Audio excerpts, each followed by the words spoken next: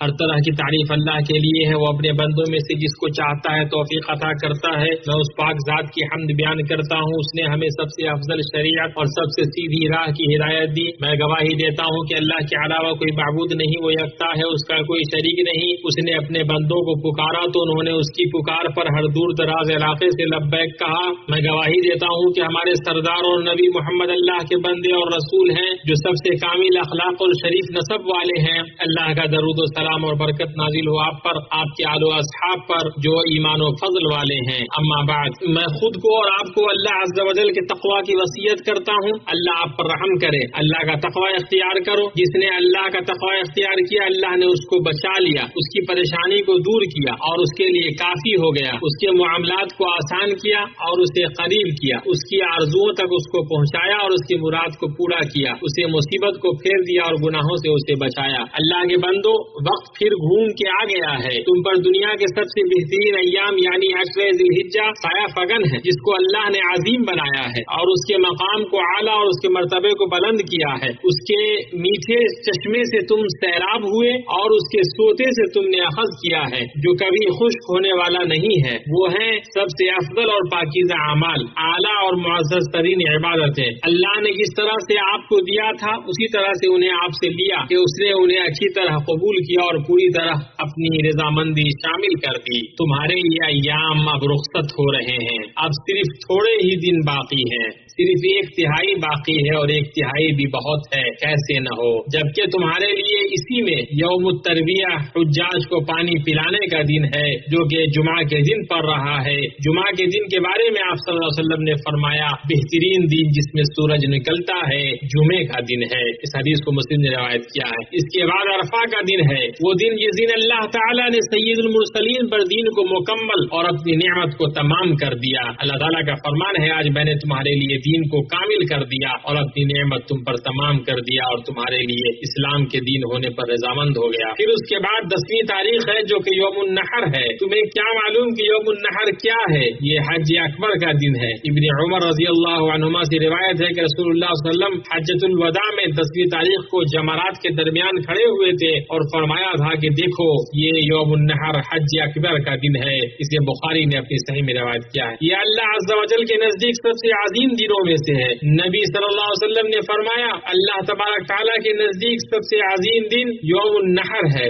اس حدیث کو ابو داؤد نے اپنی سنن میں روایت کیا ہے۔ اللہ تعالیٰ نے 10 ذی الحجہ کی قسم کھانے کے بعد یوم النحر اور یوم عرفہ کے عظیم مقام و مرتبہ کی وجہ سے ان کی قسم کھائی ہے۔ اللہ تعالیٰ کا فرمان ہے، قسم ہے فجر کی اور 10 راتوں کی اور جفت راتوں کی۔ نبی صلی اللہ علیہ وسلم نے فرمایا، نحر کی 10 راتیں ہیں، وتر یوم عرفہ ہے، شفع یوم النحر ہے۔ اس حدیث کو امام احمد نے اپنی مسند میں اور نسائی نے کبریٰ میں روایت کیا۔ مسلمانوں، بیت اللہ الحرام کا حج عظیم عبادت ہے، جس میں تنازعات ناپید ہو جاتے ہیں، اختلافات مٹ جاتے ہیں، نعرے شکست کھا جاتے ہیں اور نفوس زمین و آسمان کے رب کی طرف متوجہ ہوتے ہیں، جس میں رنگ و نسل پر فخر کرنے کی کوئی گنجائش نہیں رہ جاتی ہے۔ لوگوں میں کسی کو کسی پر تقویٰ کے بغیر فضیلت حاصل نہیں ہے، جو تقویٰ بہترین لباس ہے۔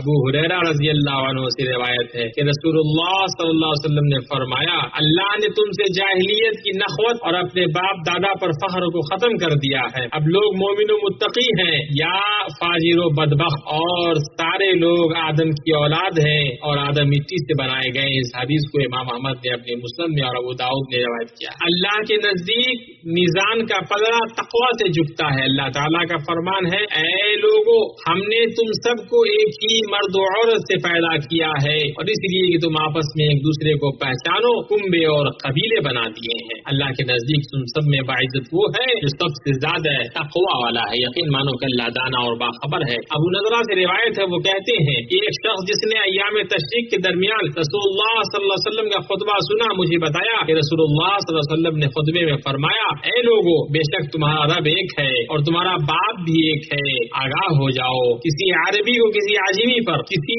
عجمی کو کسی عربی پر، کسی سرخ رنگ والے کو کالے رنگ والے پر اور کسی سیاہ رنگ والے کو سرخ رنگ رنگ والے پر کوئی فضیلت و برتری حاصل نہیں مگر تقویٰ کے ساتھ۔ اس حدیث کو امام احمد نے روایت کیا ہے۔ اس عظیم دن میں اس چیز کا اعتبار ہے جو دل میں بیٹھ جائے اور جس کی عمل تصدیق کرے۔ حضرت ابو ہریرہ رضی اللہ عنہ سے روایت ہے کہ رسول اللہ نے فرمایا، اللہ تعالیٰ تمہاری صورتوں اور تمہارے اموال کی طرف نہیں دیکھتا لیکن وہ تمہارے دلوں اور اعمال کی طرف دیکھتا ہے۔ اس حدیث کو مسلم نے روایت کیا ہے۔ اللہ کے بندو توشہ اختیار کرو، سب سے بہترین توشہ تقویٰ ہے۔ اپنے دین کے مضبوط کڑے کو تھام لو، جماعت کو لازم پکڑو، اس لیے کہ اللہ کا ہاتھ جماعت کے ساتھ ہے۔ جو جماعت سے الگ ہوا وہ جہنم رسید ہوا۔ اللہ کی پناہ میں اپنی یہ بات کہتا ہوں اور اللہ عز و جل سے آپ کے لیے، اپنے لیے اور تمام مسلمانوں کے لیے ہر طرح گناہ سے مغفرت طلب کرتا ہوں۔ آپ بھی اس سے مغفرت طلب کریں، بے شک معاف کرنے والا اور رحم کرنے والا ہے۔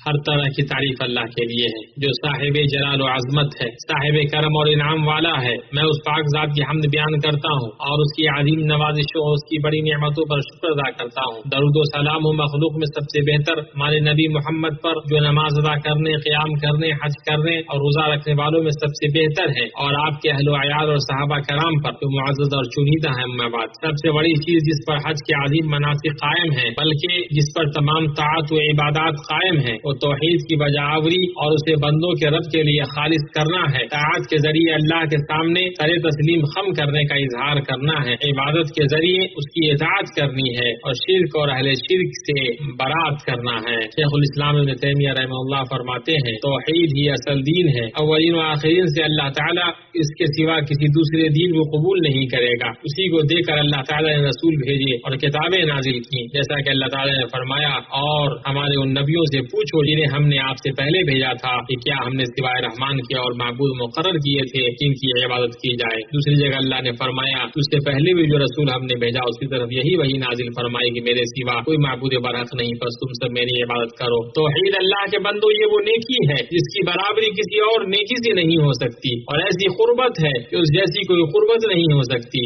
توحید کی نیکی گناہوں کو مٹا دیتی ہے اور گناہوں کو ختم کر دیتی ہے۔ حضرت عبداللہ بن مسعود رضی اللہ عنہ سے روایت ہے، انہوں نے کہا، جب رسول اللہ صلی اللہ علیہ وسلم کو اسراء کروایا گیا تو رسول اللہ صلی اللہ علیہ وسلم کو 3 چیزیں عطا کی گئیں، 5 نمازیں عطا کی گئیں، سورہ بقرہ کی آخری آیات عطا کی گئیں، اور آپ کی امتیوں میں سے جنہوں نے اللہ کے ساتھ شرک نہیں کیا ان کے مہلک کو بھیانک گناہ بھی بخش دیے گئے۔ اسے مسلم نے روایت کیا ہے۔ اہل علم رحمہ اللہ فرماتے ہیں، بھیانک گناہ سے مراد وہ بڑے گناہ جو مہلک ہیں اور جن کے مرتکب جہنم میں داخل کیے جائیں گے۔ اللہ کی پناہ۔ تو اللہ کے بندو، توحید کے تقاضوں کو پورا کرنے کی کوشش کرو، اور جو چیز اس کی شفافیت کو گدلا اور اس کی صفائی کو مخدوش کرتی ہے اس سے بچو۔ سنت کو مضبوطی سے تھام لو، خواہش پرستوں اور گمراہ کن بدعت والوں سے بچو۔ عبادت صرف اللہ وحدہ کے لیے ہی کی جا سکتی ہے، نہ کسی مقرب فرشتے کے لیے، نہ ہی کسی نبی مرسل کے لیے، کہ جائے کہ ان سے کم درجے کے اولیاء و صالحین کے لیے کی جائے جو اپنے لیے کوئی نفع نقصان، موت و حیات اور دوبارہ اٹھائے جانے کے مالک نہیں ہے۔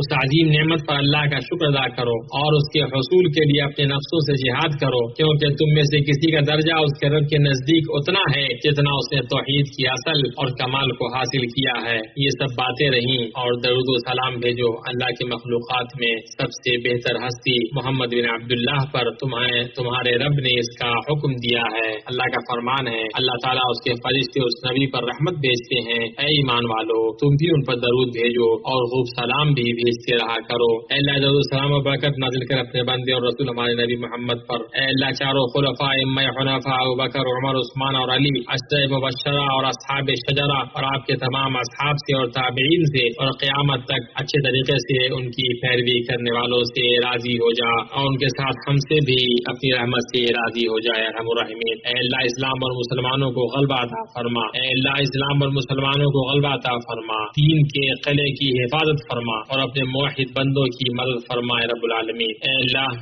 پریشان حال مسلمانوں کی پریشانی دور فرما، مصیبت زدوں کی مصیبت دور فرما، قرض داروں کا قرض ادا کر دے، ہمارے اور مسلمانوں کے بیماروں کو اپنی رحمت سے شفا دے اے ارحم الراحمین۔ اے اللہ، ہمیں ہمارے وطنوں میں سلامتی عطا فرما، ہمارے سربراہوں اور ہمارے حکمرانوں کی اصلاح فرما، اور ہمارے سربراہ اور ہمارے حکمران کو حق، کامیابی اور راستی کی توفیق عطا فرما۔ اے اللہ، ان کو اور ان کے ولی عہد کو اس چیز کی توفیق دے جس میں بندوں اور ملکوں کی بھلائی ہو اور جس میں اسلام اور مسلمانوں کی سرخروئی ہو اے رب العالمین۔ العالمین۔ اے اللہ سرحدوں پر معمور ہمارے فوجیوں کے نشانے کو درست فرما، اے اللہ تو ان کا حامی و ناصر مددگار و معین بن جا، اے اللہ تو اپنی آنکھوں کے ذریعے ان کی حفاظت فرما جو کبھی نہیں سوتی، اے اللہ تو انہیں اپنی حفاظت میں لے لے جس کو نشانہ نہیں بنایا جا سکتا، اے رب العالمین۔ اے اللہ حاجیوں کے حج کو قبول فرما، ان کے معاملات کو ان کے لیے آسان فرما، ان کے مناسک کو اس طریقے سے ادا کرنے کی توفیق عطا فرما جسے تو راضی ہو، اور انہیں اس حال میں ان کے وطن لوٹا کہ ان کو اجر مل گیا ہو اور وہ کامران ہو، اے رب العالمین۔ اے اللہ خادم حرمین شریفین اور ان کی امانت دار ولی عہد کو